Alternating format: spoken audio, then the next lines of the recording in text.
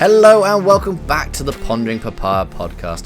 My name is Sam Cooper and I'll be your host to guide you through everything you need to know about the McLaren F1 team. It's a huge week in the world of F1 as McLaren lift the covers on the MCL38.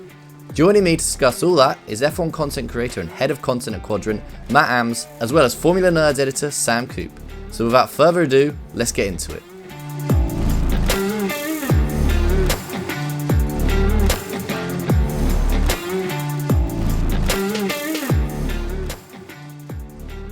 Hello and welcome back to the Pondering Papaya podcast. Joining me now, as promised, is Matt and Sam. First of all, how are you guys, Matt? How's your pre-season been? Has it been a busy one? It's been insanely busy. I don't think we've ever had a pre-season like this where, like, just before we started recording, I don't think there is anything left that could, like, surprise us now. Like, Sam, you were mentioning before, like, when we finished off the season, we were thinking Andretti was going to be the big story of pre-season, but literally everything you could imagine has happened. So I can't think there's any new surprises. So now going into the car launches, it's been a little bit kind of dull because of all the big hype that we've had. So yeah, pre-season for me has been absolutely insane. What about you, Sam? Yeah, I'm already tired. A combination of a short off season and then it's just been one thing after another. And you're right, livery season maybe a little bit dull, not necessarily all down to exposed carbon, but yeah, it's been a lot. So it's interesting to see how things will develop from here. Yeah, I think dull's the right question when it comes to liveries. I mean, like you said, like you hinted towards it there, but the amount of exposed carbon that we've seen, I mean, particularly in my opinion, the Alpine was such a bad offender for that. I mean, it was all black. I mean, I was lucky enough to be there when it was launched, and I was like, oh no. And then you saw the pink version; it was barely even more pink, and you're like, man. Not a great year for car liveries. Yeah, I think especially with that. Already. Yeah. You've got a hot take. Yeah, wow. my biggest thing with the Alpine one, obviously, we'll speak more obviously on McLaren, but so we're quickly touching this one. I think the biggest frustration from me was that they baited us with the pink carbon front wing, and everyone could look at that. Obviously, it was a very low render because of the edges were like very jagged and what have you. But it was like that was basically what the design we were expecting to be, like either all fully blue or pink camo. And then when it came out with that, it's just like, well, that's just not even true. I've literally just baited everyone to watch this live stream. And obviously we're looking at all the different cars first. So it's a bit like, oh, here's what you could have had instead. But no, now here's your version. And with all the drivers just sitting awkwardly by the front row, just not looking impressed. Yeah, it reminds me, just what it reminds you of. It reminds me of McLaren and the Chrome livery last year, because they did exactly the same. They changed all their social media stuff all to Chrome. So you're thinking, oh wow, it's going to be proper Chrome. And then we got the car. I mean, it was a nice looking car. It could have been much better, but set the expectations low. That's what you've got to do. And then it'd be like, use Ferrari's example. Like they were like, it might have some yellow on it, and that was all we needed. And we were like, yes. And when it did have yellow on it, you felt happy. I'm going to ask Sam, what's your hot take? I really like it. Well, the Alpine. Yeah. Oh, wow. God. Too late to end the show now? That is a hot take. Yeah. Exposed carbon aside, I think if you take that whole issue, and it is an issue, I wouldn't be surprised that at some point F1 mandates a minimum paint requirement. Yeah. But I think objectively, it's really, really beautiful. In my view, I think, Matt, you're absolutely right that they shouldn't. They lied to us, though, Samuel. They lied. I know. And that is going to leave a bit of taste in the mouth. But it's interesting how I think the early adopters, say Mercedes last year, haven't been held to the same standards as Alpine have, or even Stake. Their car is very carbon heavy. Yeah, but I think you're right that kind of differentiating factor is that they led us down a path of, and also they haven't fallen into that trap as much as other teams over the last couple of years. Yeah. And so I think it's interesting though, but I think, if I take a step back, I really like how it looks. I will say that it does look obviously like stickers as opposed to paint. 100%. That's the issue. Yeah, 100%. But if you're going to do it. And they've fully leaned into it. I think you've really said it perfectly there. It looks like a model kit, and you've just started the final stages of putting all the stickers on, and then you've been distracted and gone off and done something completely else. Yeah. So I think it's a perfect analogy for that. Anyway, back to McLaren, as of course this is a McLaren podcast, and not a team full of I suppose carbon. There is a good healthy dose of colour on it. A bit of a different launch this year because obviously we saw the livery sometime mid-Jan, and then we saw the actual car. Well, I say actual car; it's launch season, so guaranteed they're not going to be very similar to what we've seen in Bahrain next week. So the MCL38 comes out. It doesn't look hugely dramatic compared to what we've seen. I mean, I'm thinking obviously the Red Bull car that came out looked hugely different. Matt, what did you make of their launch? Because it was a very muted one compared to sort of what we had last year when they had a big show at the MTC. This was pretty much a case of here's the car, here's the lot. It's going to be tested this afternoon.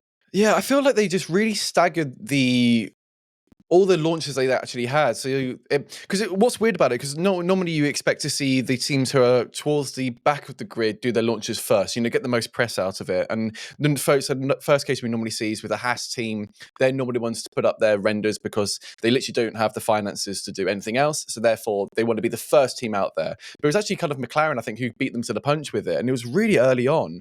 And yeah, obviously it was mock-up renders. And then we saw the first glimpse of the new driver race suits when they were in Barcelona. I think it's when Oscar was just getting back into the rhythm of things of driving around in the 2022 car. But that's how they chose to reveal the new driver suits. Mm-hmm. And then we had then they were coming up to their Silverstone test day. So it kind of felt like it was not like an afterthought, but it kind of seemed like, okay, we've got to release our actual version now, which is counterintuitive because it wasn't in real life. So they were just putting out more images before then doing the actual Silverstone test. It just felt for me like they had almost two big sort of launches, which weren't big launches, as like you said, as opposed to last year when they had a whole live stream. You had Vicstar presenting everything, and you had a whole crowd there, a load of influencers and press and what have you.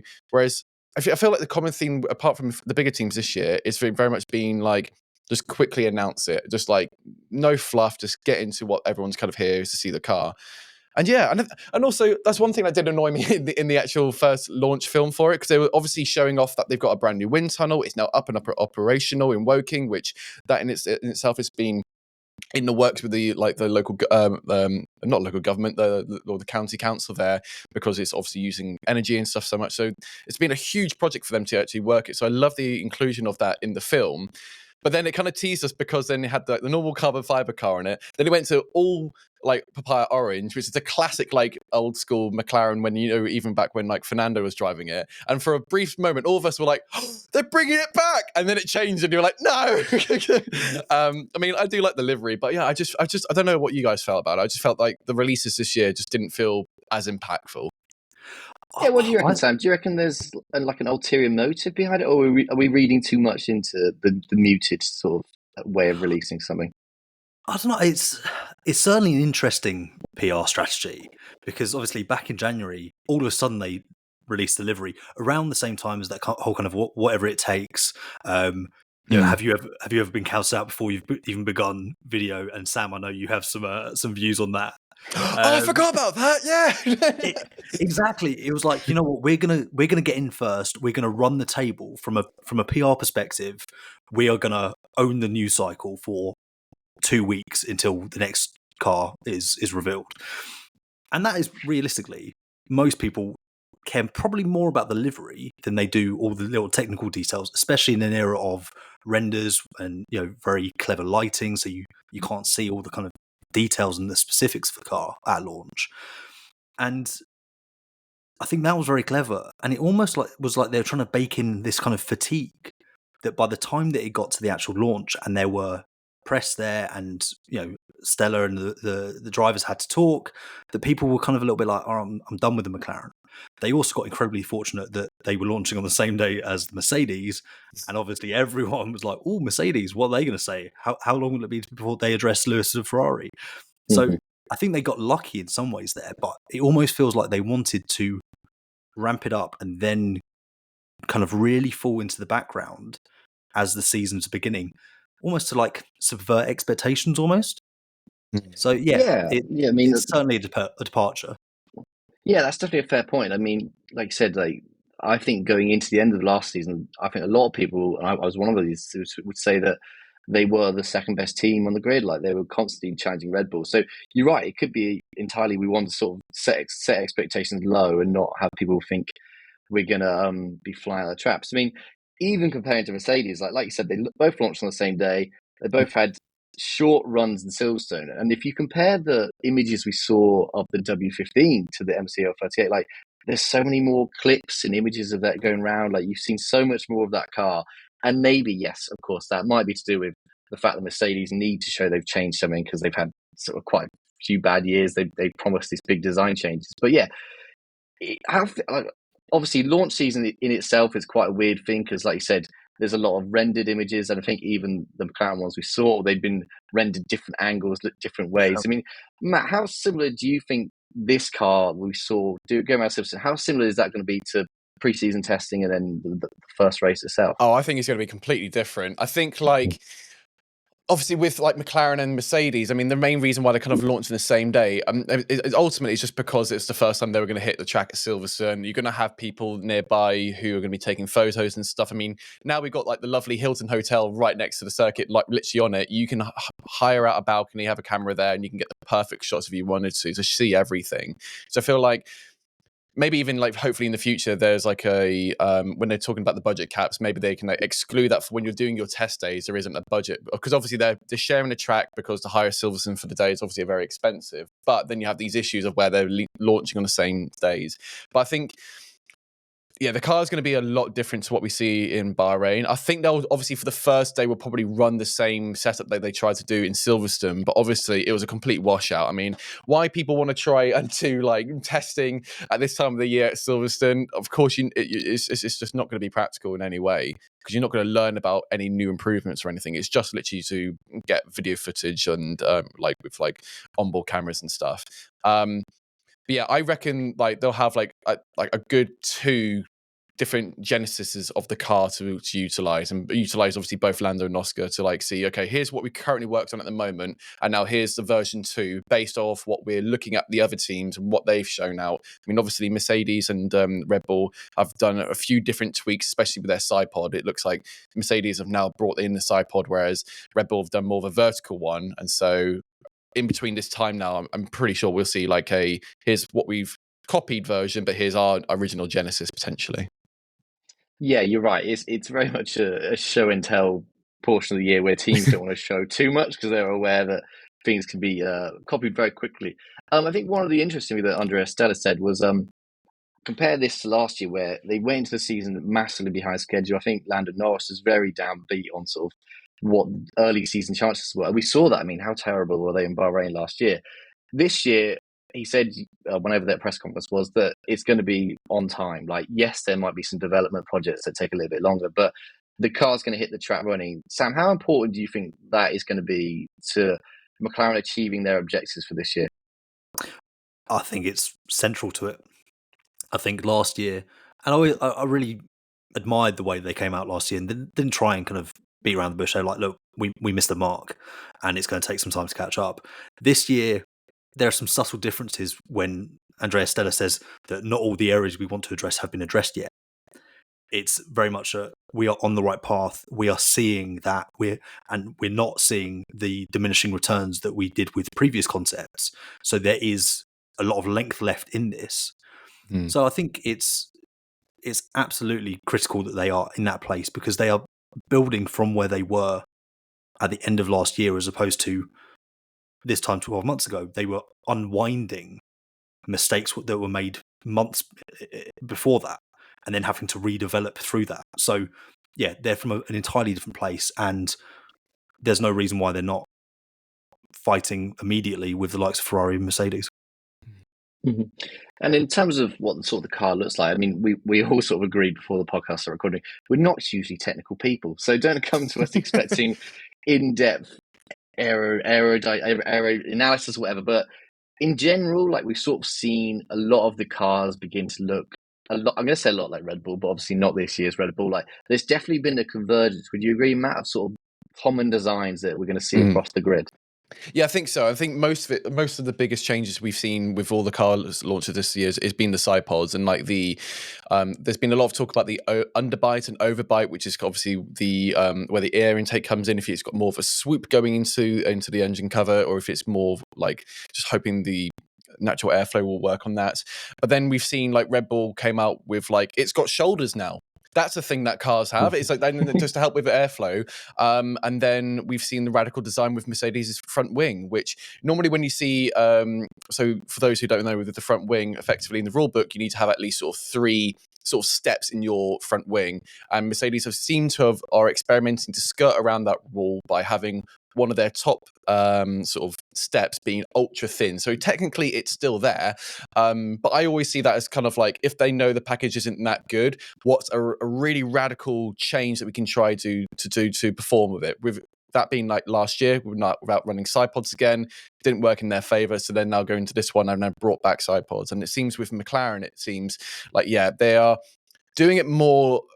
It's not properly copying what Red Bull were doing before. They're gone down their own strategy where the air intake box is very square, very just straight on mechanical, whereas everyone's are more flowing with the car.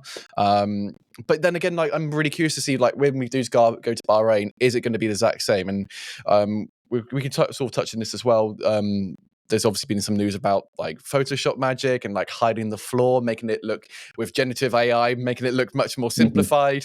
Whereas you got one angle from the front looking a certain way, but on the side it looked completely different. But then it's sort of like, even going back to the whole carbon fiber debate, you know, like how much of that is really going to make a difference? Like if we were to fully paint an F1 car or completely remove the carbon fiber, are you actually logically going to gain a couple tenths per lap? Probably not. Or that's why you get to go testing. Yeah, you're right. Like, and you bring up a good point. Like, I think it was motorsport.com who sort of spotted it first, that images of the floor look different depending on where you see it. And I think most of the time when you see a car during a launch, it is a render of it. Like teams are showing you what they want to show. Like we had a good example of Red Bulls. Like other than the pictures of the car on the screen, like it was very hard to see their side point kind of thing. So yeah, like you said, it's not till Bahrain till we sort of get that first test. And sort of on the topic of testing, I mean, it's something that Zach Brown brings up a lot. Like, I'll pass this to you, Sam. Do you think teams should be allowed more chances to test? Like, Zach Brown's sort of solution to this is we've got a cost cap now. Teams should be able to spend whatever they want to do with their cost cap. Why is it so restricted? I mean, I always use this analogy that imagine you've got a tennis player who's not allowed to pick up the racket until like one day a week. Like, it seems quite backwards. Would you agree that teams have such limited testing? Yeah, it absolutely is. And you take, say, a bit of a side point, the criticism of Logan Sargent last season. This is a driver who went F3, F2, straight into F1, limited testing. For rookies to be able to adapt to that environment, it's incredibly difficult. And obviously that's, as I said, a slight side point. But it's so different from, say, when Fernando Alonso came into the sport, when he had years of testing before he even made his debut. So it's increasingly difficult for teams to actually know where they stand. Even Fernando Alonso himself is saying, actually, I feel like, why not have 2 cars? Why do we have to have 1 car at testing? That seems ridiculous that I'm sitting around waiting for Lance to get out of the car for half a day. And yeah, Zach Brown's right that why shouldn't they be able to spend that money where they need to, within restrictions, obviously. But you could have mandated or longer test sessions that are mandated by F1. You don't have to reintroduce private testing. You can just have more public testing, and I think it would ultimately even the playing field out, because you do over time converge, unless you're constantly following Red Bull, who will then throw in a few misdirects. And what if the engine cover concept, they've just like, you know what, we'll just make one. We're not going to have this in Bahrain, but we're going to make everyone spend 2 weeks going, oh wait, maybe there was something in that idea.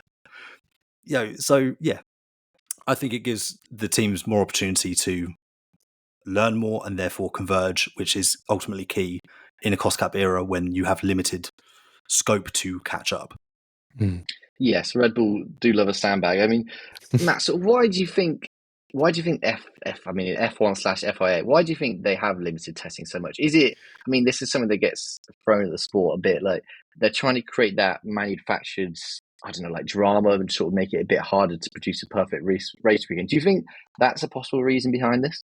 I think so. I think obviously those rules were put into place before we even had a cost cap, and so it makes sense by that point, because obviously when you go back to, I don't know, like to 2018 or 2019 or whatever, it like the competition was so close, but you did have the front runners there, and so that's where you just see the full force of like, okay, if you just got endless amounts of budget, how are you utilizing it? And then they had to put in some form of gatekeeping to be like, right, you can only do certain amounts of kilometers for a test day. You do also get granted a filming day as well, where you have a limited amount of laps to do stuff. But now we've got the cost cap in. I do really agree with Zach Brown. It's kind of like, well, you do need to have some limitations of kind of what you can do to the car, but ultimately, if you are being schooled of how much money you can spend it, then it's really up to the teams of like what you do with it. Then if you were Haas, for example, having like 4 extra test days could be so beneficial, because then you're not having to worry about wind tunnel testing as well, because obviously you get more allocation for the smaller teams. But ultimately, like, if you got your own money, then yeah, you don't need to fork out on like VIP catering for your Red Bull or something. You can properly put it into the car, and then your car can do all of its performance on the track. So when you do come to Bahrain, that could be such a heightened workflow, because loads of teams obviously spend their budgets how they want to, but they can't do that with the car, which seems really counterintuitive.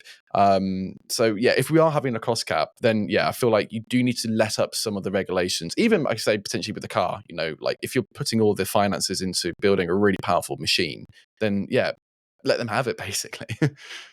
Yeah, I mean, 100% agree with you. I think we would get a lot more interesting looking cars if teams could try something. Because at the moment, like, the opportunity to experiment is so risk more than reward. Like, if you experiment and get it wrong, as we saw with Mercedes, the perfect example, they thought this was going to work. They would have been able to see it wasn't going to work if they had more time to testing, and ultimately you're getting cars that look quite similar. During the launch, we obviously heard from a lot of the big players, obviously the drivers, team principals, Zach Brown, etc. We didn't hear from the likes of Rob Marshall and Dave Sanchez. I mean, it's understandable. They're technology chiefs; they're not going to come in. But I did want to ask you to. I'll start with you, Sam. Sort of, when are we going to see the impact of these guys come in? Because obviously, the way that F1 contracts work, I mean, they were announced sort of early last year, mid last year, but they didn't start work until the start of 2024 due to the gardening leave they have. When do you think we'll start to see their input on the car? In terms of their specific input themselves, I think probably the start of the European season, when you start to see those first developments and upgrades kind of trickling through onto the cars. But I think more interestingly, I think we're already seeing the impact of that Trident approach or structure in place, the philosophy that McLaren have employed, because they're allowing so much more technical freedom for those various departments, the ones that Sanchez, Marshall are heading up. So they are empowered to take their remit in their own direction. And I think it will potentially become the standard bearer as to how teams operate moving forward. Do you agree with that? Do you think this is something that we're going to see all the teams doing? Or do you think, obviously, McLaren aren't one of the poorer teams, like they might have the budget for this? Or do you think this is something that you could see the whole grid doing one day? Yeah, I think like, because at the moment we do see that a lot with like musical chairs and such. And I think I was really excited when I was see like, yeah, Bob Marshall sort of like moving across, because obviously he's so renowned. Obviously, you know, you got the win with like with Renault, and then he's been going up through Red Bull and has his internal promotions there. And I think like, obviously there's a big conversation like, oh, everything is around behind Adrian Newey designing the F1 car, and I feel like it's really unfair, because it's like there's such a big team behind that, and ultimately, yes, you do have a guy who's drawing out some concepts and it makes it work, but he's not directly responsible for all of the team success. And so when you do have these really powerful team members behind you who they can see a car as a certain way, or they're wanting to maybe implement their own ideas and they're not necessarily getting it. Because obviously, if you look at their example, like they're going to get paid high salaries with Red Bull. They're constantly winning every sort of race and getting decent championships. But then if that for you as an employee, that's still not giving you dissatisfaction and not being like, okay, well, that's not my win. That's like a teammate's or a co-worker's sort of thing. They're wanting to really excel that even further. So I think we're going to start to see their effects probably by like sort of mid this year, especially now they've got the wind tunnel as well. And that's where they can really just jump into it. Like you said, they have had a lot of time off due to gardening leave, which is completely understandable. So they're not able to see what Red Bull have been cooking for the last few months. But I think it's I think McLaren are going to be in a really, really good position. Obviously, we had a change of management at the beginning of last year, and it seems like Zach has really now just nailed in of like fully kind of controlling the team and now getting some really good sort of like performance members in there to like really move it forward. And like with having two drivers with Lando and Oscar, who arguably are like one of the best driver pairings that the grid of the whole entire Formula One grid we've seen. I reckon in like next 2 years, they're easily going to be top level. Yeah, I mean, you're right. If we look across the grid, like I think only McLaren really, you'd say, are a team that haven't lost staff members. Like even Red Bull, like you said, have gone.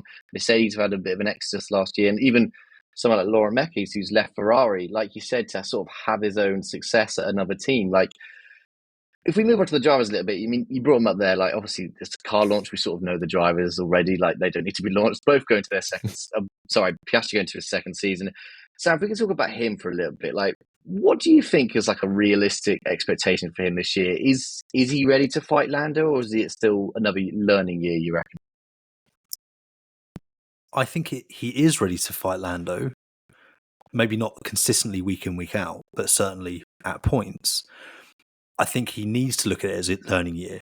The sophomore slump isn't so much a thing in F1 because it is you and machine. It's not like, in say football or basketball where opposition can learn how you play, how you operate. So it's not so much an issue for Oscar in that sense. But I think it would be unwise to allow the Qatar sprint win to place undue expectation on him. And that's not just from himself, but from everyone else in the media, fans, so on and so forth. Because yes, he got a win before Lando, kind of technically, not technically, whatever however you want to look at it. But I think he just needs to do what he was doing last year on a more consistent basis, and that will close the gap naturally to Lando. Drivers are always hesitant to say what position they sort of deem as success, but Sam, just going off the back of that, what come this time next year or the end of the season, what position would you say that Oscar, if he finished there, Oscar's had a good year? Like whereabouts in the grid do you reckon? 6th or 7th, I'd say he's had a good year. I think for Lando, 3rd. I think he'll be looking at. I think he'll want to be best of the rest. But for Oscar, I think he will want to be in there with the other second drivers. We'll move on to Lando then, Matt, because obviously you spend a fair bit of time with him. Do you say P3 is enough for him, or do you think he's sort of got that eye on P2? I mean, from my perspective, obviously Verstappen seems to be the clear and obvious choice for sort of number one. Do you think Lando's as good as the others to sort of get that P2 spot? P2, that's what's going to happen there is Ricciardo will replace Sergio Perez and will easily slap up P2 there. That's what's going to happen. There's no bias here whatsoever. So I just put my bet on now. So. Don't worry, Lando knows he's my favourite. They're both my favourites. I think P3 is what Lando will be aiming for. Ultimately, he's always going to be wanting to try and get the McLaren team to winning the championship. And I think that's where we're not going to see it as a competitive edge between him and Oscar. I think there it's really not a Lewis versus Nico Rosberg situation. It's very much like neither of us don't matter here. It's just getting the McLaren back to the top of the grid, and like we haven't seen that kind of resurgence from another team in quite a while. I mean, we've seen like teams starting to fall back now. You've had Williams, who had loads of success, have now fallen off a bit. You had Haas, who arguably started off really good, has now fallen off. You've got Mercedes, done amazing, has now started to fall off, and we haven't seen a resurgence from another team in a little while. I mean, even with Ferrari, we can even say as well. But yeah, I would also agree with Sam that a P6 for Oscar I think is very much achievable. Even P5, I would actually say. It would also come down to the car. I think what Lando and Oscar do really well is that they get everything they can out of it, but unlike other drivers, maybe like we can use like Charles Leclerc as an example, where he's overdriving so much that he pushes the limits and then unfortunately has like accidents or incidents because he's just trying to get the most out of it but going too far. I think Lando and Oscar both showcase that in Silverstone, where on their day they capitalized as much as they could given the circumstances, and and got a great result for the team. And like the turnaround they had, as you mentioned before, Sam, at the beginning of the season, being at the very bottom in last in Bahrain after having already a difficult year the year prior, and then being turning it around to Lando Norris got another podium as a consistent thing is such an unheard thing. So I think both of them are just going to try to utilize the car as much as they can. And if it is a continuation from last year, then I think we should be really confident it'll be P3 and hopefully P5. Mm-hmm.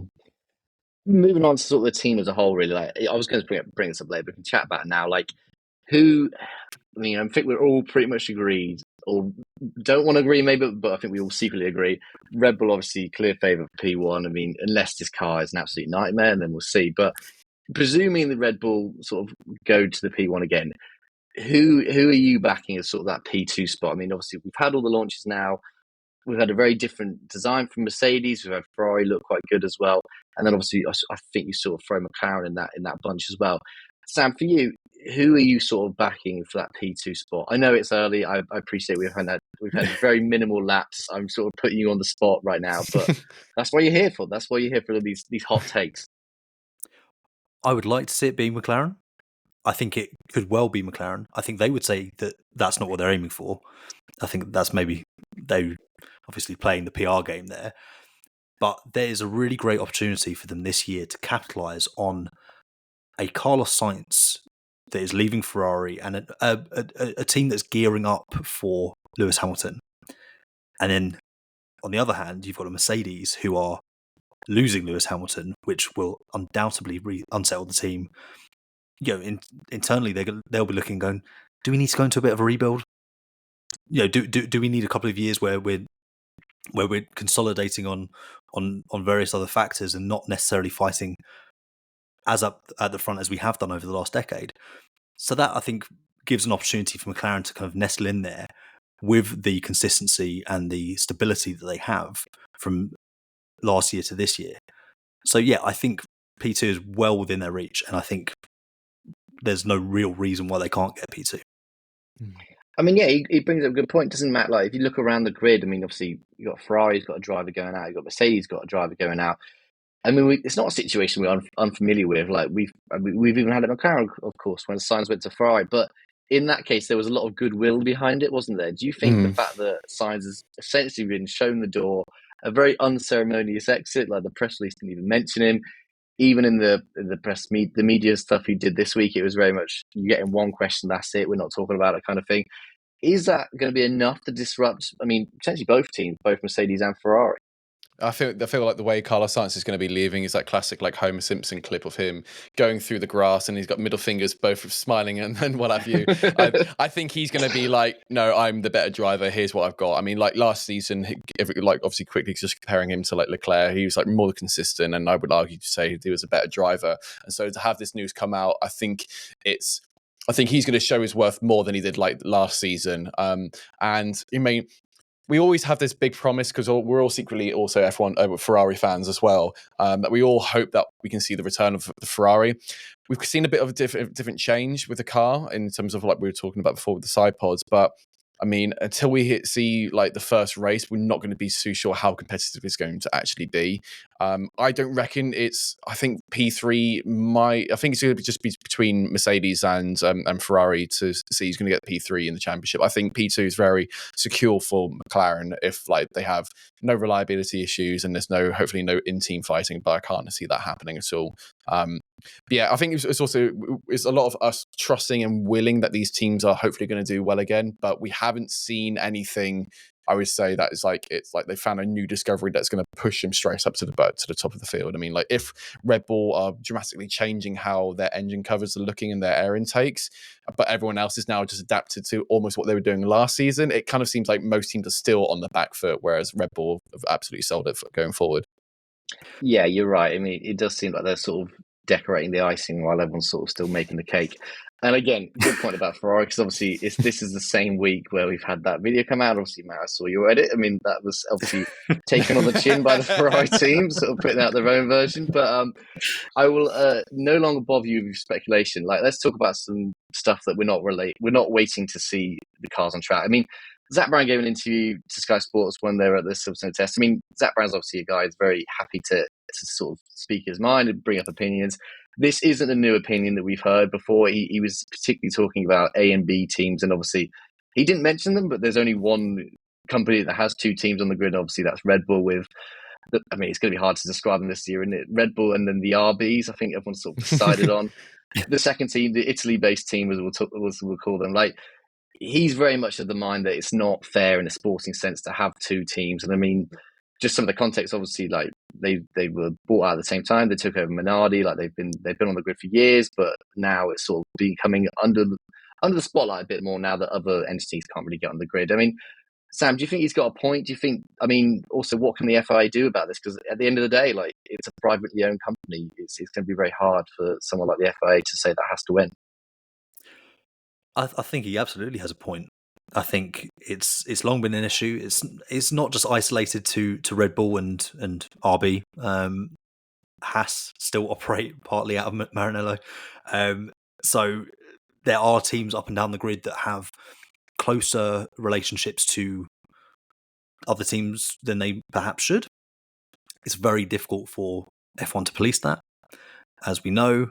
I think what I find particularly interesting is that everything that's coming out of Visa Cash App RB this preseason is that, we're not just, we're not a B team anymore. We're our own team. Well, simultaneously taking as many components as they possibly can for the first time in a long time from the main team.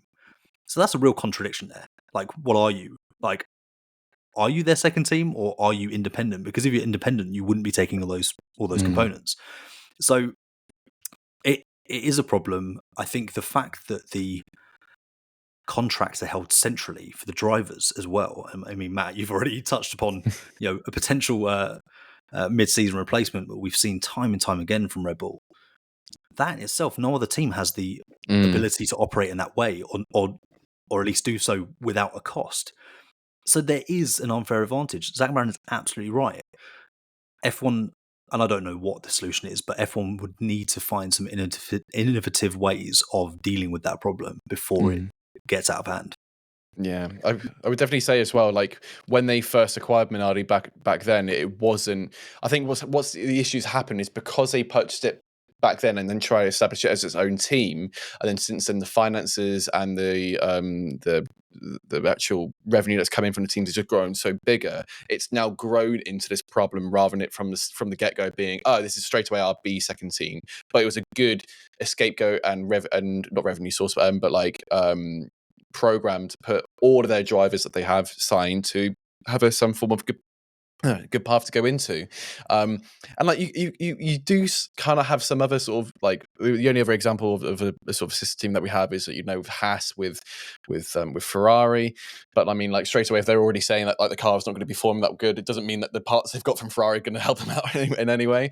I'm not. It's a hard one because there isn't like a clear solution to kind of fix it, because we can't just be like, well, you got to stop operating because you've got to do that. But I think there needs to be some, like, you have to operate in your own way. You can't share parts. You can't share like intellectual property of like whatever you've designed. It has to be isolated. But then it goes into the murky waters of like, okay, well, then we've got our manufacturers and then our customer teams of like who's building these engine parts. Because then even then McLaren could go into their own issue of like, well, technically the engine's not ours. It's from Mercedes. Because then it's like, well, then how far does it go? Because in theory, then you could say, well, Red Bull could argue saying, well, McLaren is a customer of Mercedes, so if like Alex Albon never wanted to jump into a McLaren, it wouldn't be the biggest leap in the world, but there is some form of connection there. So yeah, I'm not too sure what the best way for doing it. I mean, ultimately, if they were to lose a team, get Andretti straight in there. I mean, like having a natural manufacturer in, we'd sort the solution out. But I mean, we've got to wait another 2 more years to see if that's going to be a reality. Sam, what do you think the motivation behind this for Zach Brown is? Like, is it a case of he sort of wants the best for the sport, he's a fan for the sport, or, I mean, realistically, we can't see that RB is going to challenge McLaren like that high up the grid, but we've also got to take into account, obviously, every time they have an F1 commission meeting, any vote is pretty much decided before it's gone. It's always going to be they're going to vote the same. Do you think that's sort of the main motive behind why he's bringing this up? It's got to be. I was going to say immediately. It's got to be voting blocks, right? It's political because there's only 10 teams and 2 teams voting in a always the same way. Immediately that reduces. There's 8 other teams or 7 teams and yourself, because you can count those 2 teams to vote in the same way, and it immediately reduces the numbers to the point where if you want it to go a certain way, you're already having to lobby other teams, so on and so forth. And that is increasingly going to become an issue for McLaren as they ascend up the grid. When you're fighting in the midfield or towards the back of the grid, it's less important in some ways. But Zach's will be looking ahead and saying, how can we carve out this space for ourselves and solidify those gains that we've made? And I think he'll look at that and say, they've got a second team, we don't. We're always going to struggle politically against a team like that. So I think it's both in the interest of the sport, but also it is in McLaren's interest. I think it's not one or the other. It's both simultaneously. And Matt, what would you say? Because obviously, yes, they don't have another F1 team, but McLaren as an entity race in a lot of series, like of any team on the F1 grid, like they're doing the most. They're doing IndyCar, they're doing all that kind of stuff, and that does allow them to have quite a big pool of drivers. Do you think that's a fair argument to weigh at Zach Brown and say, yes, well, you've got people like Pato O'Ward who can come in and do a test kind of thing because he's happy in IndyCar? Yeah, I think that's where I think McLaren have done it really, really well. Where like in all forms of like kind of motorsport they're involved with, and they're doing really well. Like you mentioned, you've got the IndyCar, you've got Extreme E, you've got Formula E, which is really on the rise as well. And yeah, they've got this great pool of drivers, and then obviously goes into the bigger issue of like super license points. Of like IndyCar drivers, like if they're winning the championship, don't even probably have enough to actually do a race in Formula One, which is madness. But they do everything by the book and like are being respectful for the drivers to still give them those opportunities. Whereas it seems like with Formula One on the other side, it's not being able to do that, or is in no rush to do that. And I think, when Zach does come out with these comments on interviews, he is very much saying it in a way to make it like for normal folk who don't understand the whole voting systems of the FIA and team logistics, to make it understandable, so then you do get the public agreement with you being like, yeah, actually when you say it like that doesn't make much sense. You've got a huge team where, let's say, because of the budget cap, so many of McLaren internal employees, rather than being like laid off or moved to a different company, they had to work on other motorsports. So like a lot of the old McLaren team had to then move to the Formula E sector or to the Extreme E one, so they're still involved in racing somehow, and that's how they managed to work it. Whereas like someone where like Mercedes, Red Bull had to make people redundant because they just, or that's all they had really. So I think when Zach Brown's coming up with these sort of statements, I'm very much in support of it, because he's like, yeah, we've been there and done it, and we're managing to work with it. But these other teams seem like they completely can get away with it, or like I mentioned before, doing driver transfers really easily within Formula One grid. But yeah, if they've got these great, like you mentioned there, like Alex being an incredible driver, yeah, give him a go in an F1 test, but it won't allow it because the voting block's still not there for him. Also, not for nothing on the driver point, Red Bull have a history of moving the drivers around. McLaren don't, actually, to the point that McLaren drivers in other series have openly mocked the suggestions that they are, favourable in the line of getting a McLaren seat. I think it was Pato O'Ward kind of was like, it's basically just a carrot dangled in front of us. Like it's, and like they've openly mocked the whole kind of idea of that. Partly in the direction of Zach Brown, but partly in the direction of, there's no favoritism here. We still have to earn our opportunities, which they do. They have free practice sessions, and but there hasn't been a case yet where an IndyCar drive has all of a sudden been helicoptered in halfway through a season to take over from, Lando or Oscar. So until that happens, it's kind of hard to taint them with the same brush, if that makes sense. Yeah, that's the very, very fair point. Moving on to another driver. I mean, this is something else that Zach Brown said during his interview, that Hamilton's big move had no impact on Norris's contract. I mean, that's understandable. Like, we all know that these contracts aren't done in a day. Like he's been obviously been negotiating for months and months and months, so this wouldn't have had an impact. But obviously that Mercedes, I mean, like you said, it's a carrot dangling for someone. Like, Matt, in your mind, who are you sort of picking for that miss? I know, I appreciate, again, we're a year out, I'm sort of dropping this on you. Who do you think's got the best chance of getting that Mercedes spot next year? Oh, it's easily going to be Alex Albon. Easily going to be Alex Albon. Like, it's not going to be that. I don't know the kid's name from. I think he's in F2 at the moment, but everyone's been talking about him, and it's like, what? That would make no sense for someone that young with, like we mentioned before, with very limited F1 actual track time to then go to like almost top level mid team. Just doesn't make any sense. You would have to have someone within the grid. Maybe do a swap around, or even maybe by that point, if Red Bull still haven't put Logan Sargent. Who am I thinking of? Liam Lawson. Big shout! Not Logan Sargent. I meant Liam big Lawson. Shout, Logan Sargent for Red Bull spot. No, definitely not. No. So if Liam Lawson hasn't been even moved up to RB or even to the main team, then maybe that's even a shout. But I think realistically, it would be Albon. Which I think is going to be a really great driver pairing. You know, obviously Alex and George have been karting together and been going up the ranks all from since they were little kids. And then it might even see, their friendship not do as well, because obviously George is thinking, oh, well, I'm going to be number one now, definitely confirmed. And then with the resurgence that, Albon's had, Albon can come into the Mercedes team being like, well, George, you got 1 point for Williams. I've got more than that. And so now you can sort of see the comparison. But that would be my sort of clear and obvious kind of pick for that. Yeah, I think that's a great shout. I mean, obviously, Albon's sort of one of those drivers that, like you said, are very established. We've got this weird situation where a lot of these established drivers are on huge contracts. Like Norris is signed for a multi-year deal, Piastri signed for a lot of years, Leclerc signed for a lot of years. Like Max, obviously, is sort of untouchable. Really, like there's definitely, it's not an abundance choice, because I can see why Albon is definitely higher there. You mentioned him, the young kid in F2, and I know Sam sort of really focused on F2. I mean, Antonelli coming up, sort of the prodigal son really coming into F2. I mean, just touching on him briefly, how do you think he's going to sort of do this year? And is it too big a step up for you, reckon? I think there's every chance he'll do very well. What we're hearing so far is very positive. Someone coming into F2 and immediately excelling isn't unusual. We've had one season champions, Leclerc, Piastri, and they're clearly pretty good. That's not out the realms of possibility. However, he has skipped Formula 3. And I think that is maybe going unnoticed by some when they're talking about his prospects. He has a steeper learning curve than others moving into F2. And he's also up against Ollie Behrman, who is, an F1 driver in waiting, realistically, from what we've seen of him in free practice sessions and how quickly he's moved up the ladder as well. So it's going to be a very difficult environment. Also, it's a new F2 car. So, are Prema going to be as strong as they were last year? It's very difficult to tell.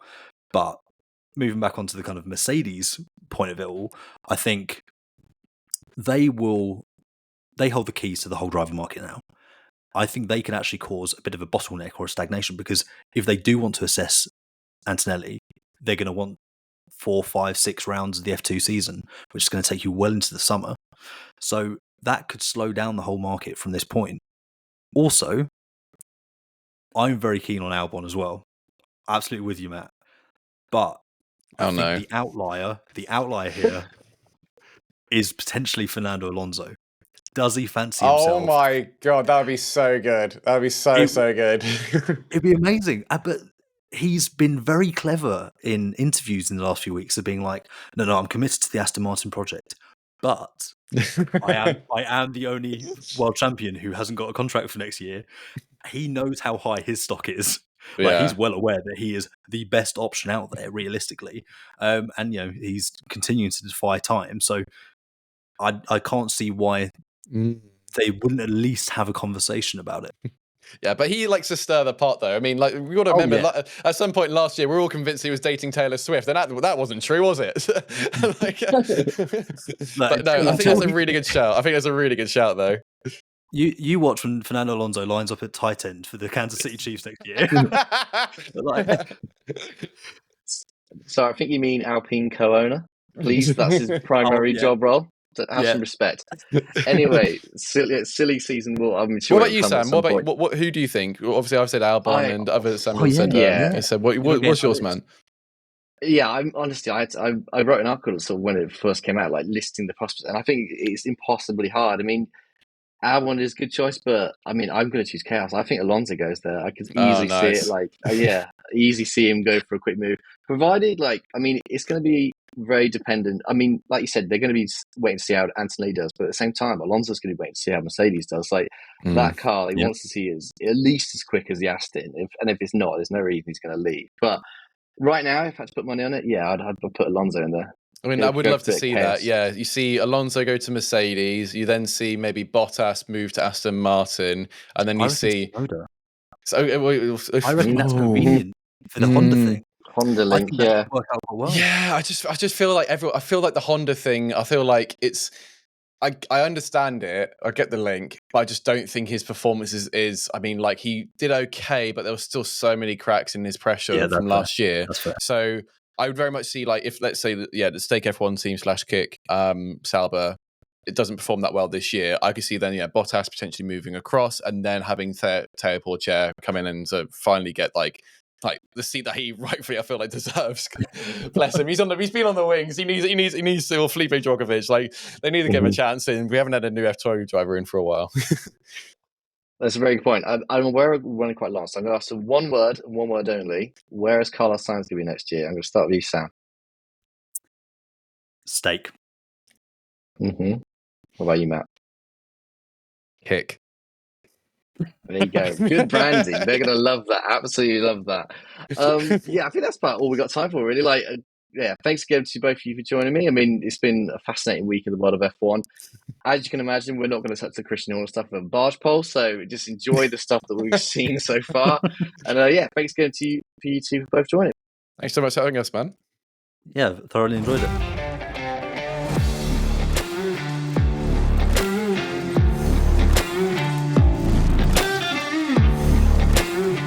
My thanks go to Matt and Sam for joining me today, and my thanks to you for listening along. Make sure you subscribe to the podcast so you never miss a release, and you can also follow us on socials at Pondering Papaya. But for now, thanks for listening and see you next week.